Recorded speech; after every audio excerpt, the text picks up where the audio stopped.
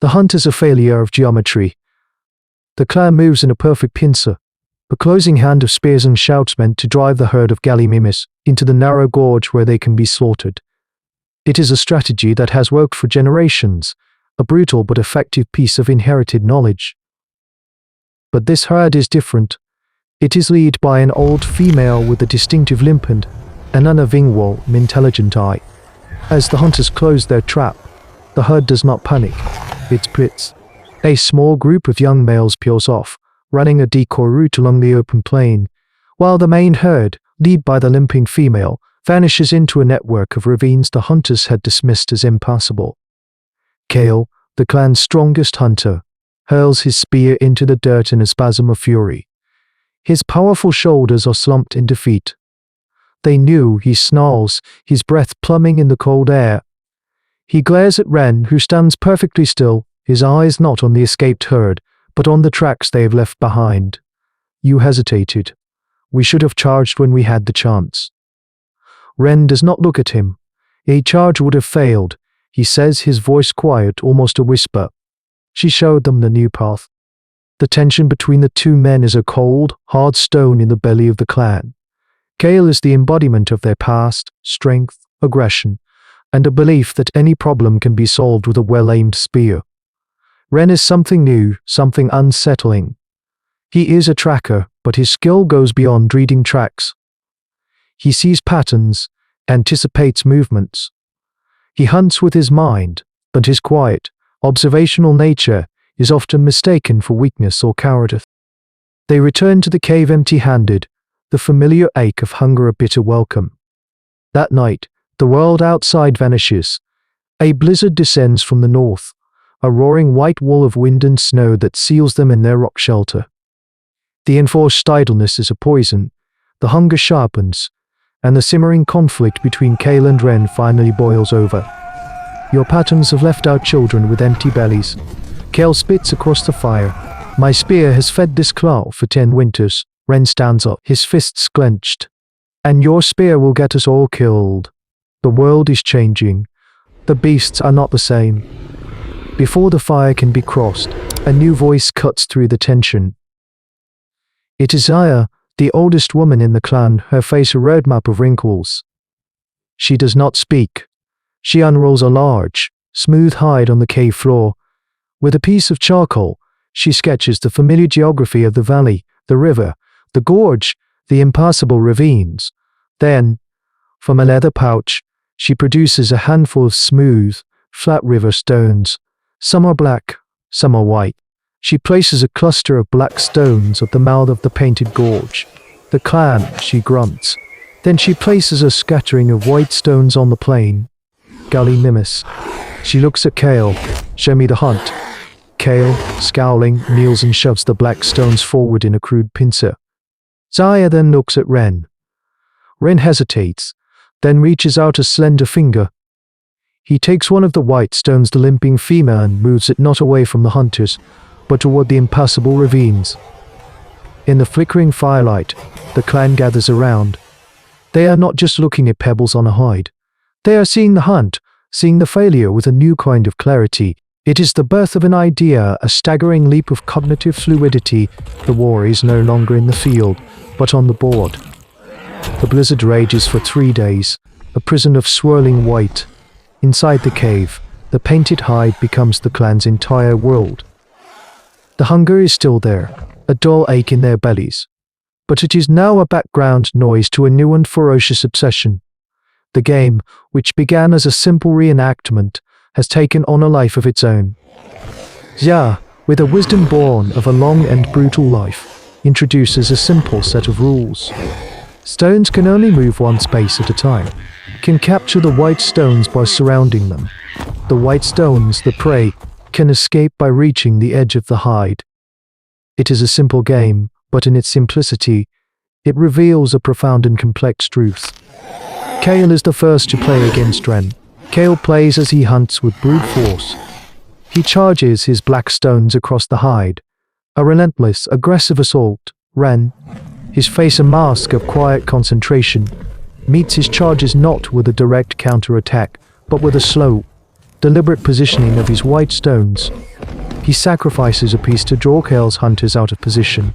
He creates defensive walls, then opens a surprising escape route on the other side of the board. He thinks not about the next move, but about the next 10. Kale, for all his strength and fury, finds his pieces isolated, surrounded, uncaptured. He loses again. The clan watches in silence, their understanding of power subtly shifting with every game. Kale's frustration mounts. He cannot smash the stones. He cannot intimidate the board. The game is a pure contest of intellect, a battlefield where his physical prowess is utterly useless. One evening, after a particularly humiliating defeat, he slams his fist on the ground. This is not a hunt. This is a child's game. Ren looks up from the board, his eyes holding Kale's for the first time. It is the same, he says, his voice clear and steady.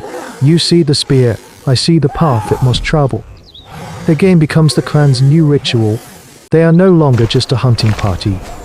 They are a strategic council. They gather around the hide, debating moves, exploring new strategies. They begin to use their osteodontochoretic technology in new ways, carving crude but distinctive pieces from bone and antler to represent different types of hunters or prey. A wolf's tooth becomes a swift outrunner. A shard of mammoth tusk becomes a stroll, slow anchor. The board becomes a living petroglyph, a dynamic map of their world and their minds. Ren is always the master. He teaches them the art of the feint, the strategic retreat, the sacrifice. He teaches them to see the entire board at once, to think not as a collection of individual hunters, but as a single, coordinated mind. They are sharpening their intellects, forging a new weapon not of flint, but of abstract thought. Kale watches, sullen and silent, as the clan's respect and attention turn from his broad shoulders to Ren's quiet, strategic mind. But he is no longer the most dangerous. In the quiet of the cave, a revolution is taking place, a silent coup fought with pebbles on a painted hide, and the world of the spear is slowly, inexorably, giving way to the world of the stone. The blizzard breaks on the fourth day, leaving behind a world of pristine, silent white. The hunger, held at bay by the intellectual fire of the game, returns with a vengeance. The clan is weak, their reserves gone. They need meat, and they need it now. Kale stands up, his spear in his hand, his face set in a grim mask. We hunt, he says, his voice a challenge directed at Ren. The old way. Ren does not rise. He simply points to the painted hide, where the stones are still set from their last game. The old way is a dead way, he says. He then turns to the clan, his voice no longer hesitant, but filled with a new and quiet authority. We will hunt like we play. He gathers them around the hide, not as a storyteller but as a general. Using the carved bone pieces, he lays out a plan of breathtaking complexity and risk. It is a strategy born from the abstract logic of the game, a series of feints, sacrifices, and coordinated movements that would be impossible to communicate with mere words. They will not drive the herd to the gorge. They will use a small party of their swiftest runners as a decoy, just as the limping female did, to draw the main herd toward the river. But the river is a trap. Another party, hidden for a day, will have built a series of crude but effective snares along the riverbank. A third party, the spearmen, will not attack from behind, but will emerge from a hidden position upstream, cutting off the herd's retreat. Absolute trust, and a shared strategic understanding of the entire battlefield. Kale listens, his skepticism warring with the undeniable logic of the strategy. For the first time he sees the pattern. He sees the board, not the hunt.